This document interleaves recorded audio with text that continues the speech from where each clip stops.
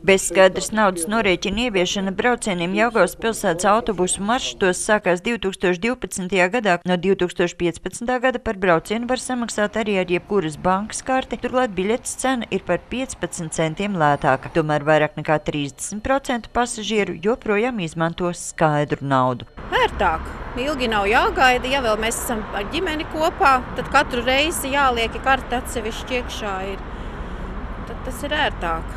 Ātrāk iet tās bankas kartes, kuras neliek iekšā ar kodu, bet kuras ir jaunās visa kartes, kuras pieliek pie aparāta skānera.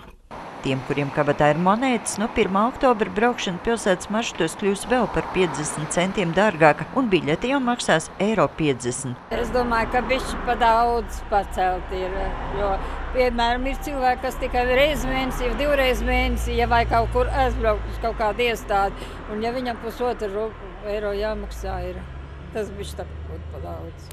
Autobusu parka vadība skaidro, ka mērķis esot sasniegt Rīgas satiksmes rādītājus, kur ar skaidru naudu norēķinoties vien 1,5% pasažieru.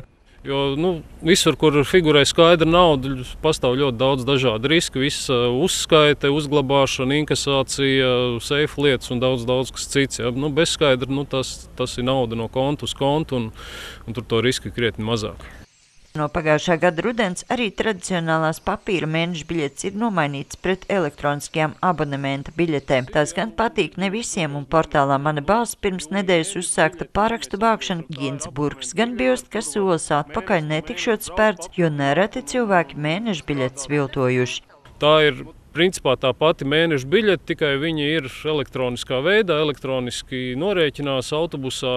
Šo biļeti pievietojot pie kases aparāta, un tādā veidā mēs arī veicam šo te pasažieru uzskaiti. Pagājušajā gadā Jelgavas pilsētas autobusos pārvadāti nedaudz vairāk nekā 3 miljoni pasažieru, kas ir par apmēram 6% mazāk nekā gadu iepriekš.